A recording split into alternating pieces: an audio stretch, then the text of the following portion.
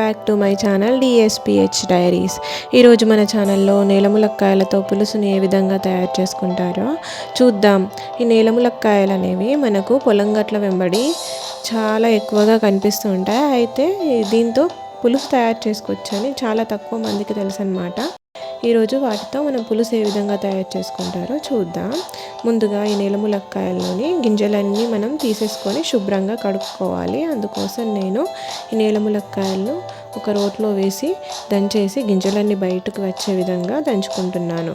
అయితే ఈ నేలములక్కాయలు తినాలని చాలామందికి తెలియదు అన్నమాట. ఇందులో చాలా హెల్త్ బెనిఫిట్స్ ఉన్నాయి. ఈ నేలములక్కాయలని తీసుకోవడం ద్వారా మనకి దగ్గు, పంటి నొప్పి, అలాగే వాత, కఫ, పిత్త ఈ దోషాలన్నీ నివారించబడతాయి. అదేవిధంగా ఈ నేలములక్కాయ తీసుకోవడం వల్ల పంటి నొప్పి కూడా తగ్గుతుంది. జుట్టు అనేది చాలా ఒత్తుగా పెరుగుతుంది. మైగ్రేన్ సమస్యలు ఉన్న వాళ్ళు కూడా ఈ నేలములక్కాయలు తీసుకోవడం వల్ల మైగ్రేన్ సమస్య తగ్గుతుందన్నమాట. అయితే ఇలా దంచుకున్న వాటిని గిన్నెలో వేసుకొని ఒక 2-3 సార్లు శుభ్రంగా కడుక్కోవాలి. ఇలా వీడియో క్లిప్లో చూపిస్తున్న విధంగా చక్కగా స్క్వీజ్ చేసుకుంటూ సీడ్స్ అన్నీ బయటకు వచ్చే విధంగా కడుక్కొని ఒక ప్లేట్లోకి తీసుకుంటున్నాను. తర్వాత కూడా ఒక 2-3 టైమ్స్ శుభ్రంగా కడుక్కోవాలి. లేదంటే గింజలు ఉన్నాయనుకోండి మనకు పులుసు అనేది చేదుగా ఉంటుంది.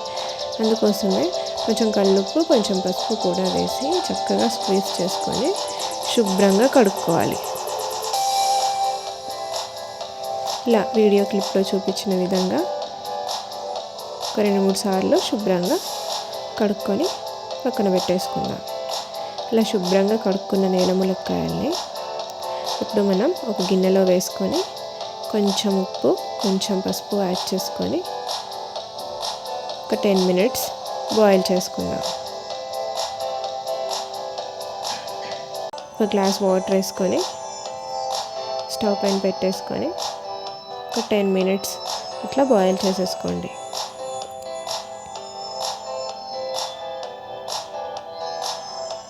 నేలములక్కాయలు బాయిల్ అయిపోయాయి కదా.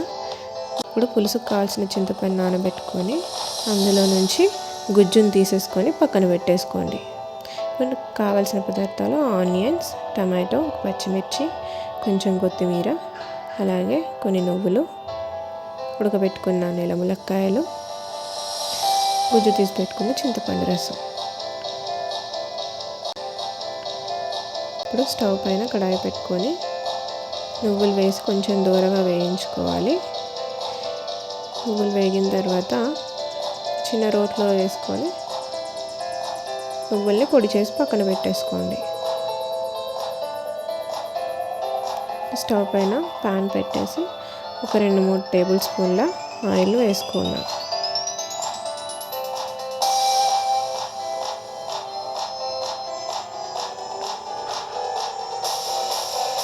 అందులోకి తాలింపు గింజలు, జీలకర్ర, ఆవాలు వేసుకొని కొంచెం చిటపట్లాడిన తర్వాత ఒక 2 పచ్చిమిర్చి చీలికలను కూడా వేసుకొని కొంచెం ఫ్రై చేసుకోవాలి. ఇప్పుడు పచ్చిమిర్చి ఫ్రై అయిన తర్వాత ఇందులోకి కట్ చేసి పెట్టుకున్న ఉల్లిపాయ ముక్కలను వేసుకొని ఫ్రై చేసుకుందాం.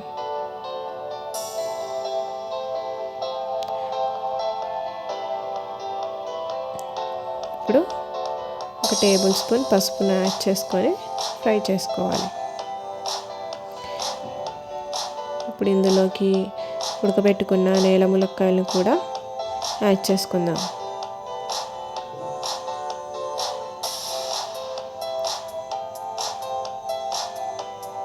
ఇప్పుడు స్టవ్ని మీడియం ఫ్లేమ్లో పెట్టుకొని నేలములక్కాయలన్నీ చక్కగా ఫ్రై అయ్యే విధంగా కాసేపు టోస్ట్ చేసుకోండి.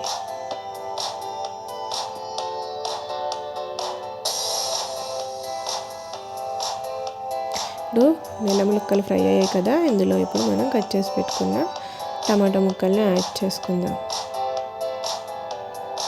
ఒక 2 నిమిషాలు మూత పెట్టి మగ్గిస్తే టమాటాలు చక్కగా మగ్గిపోతాయి.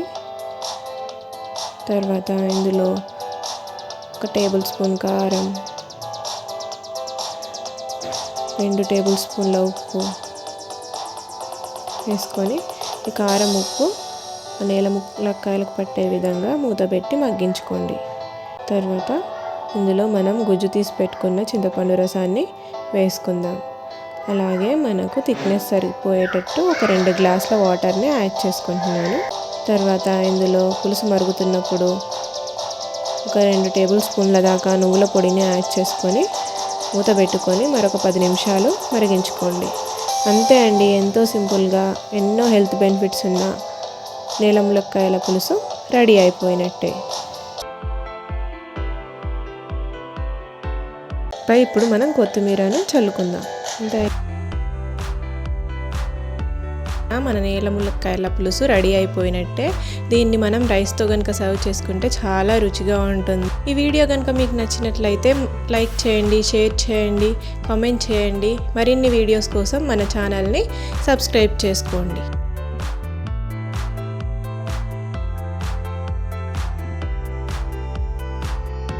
అంతే, ఈ వీడియో మరో ఇంట్రెస్టింగ్ వీడియోతో మీ ముందుకు వస్తాను. అంతవరకు సెలవు.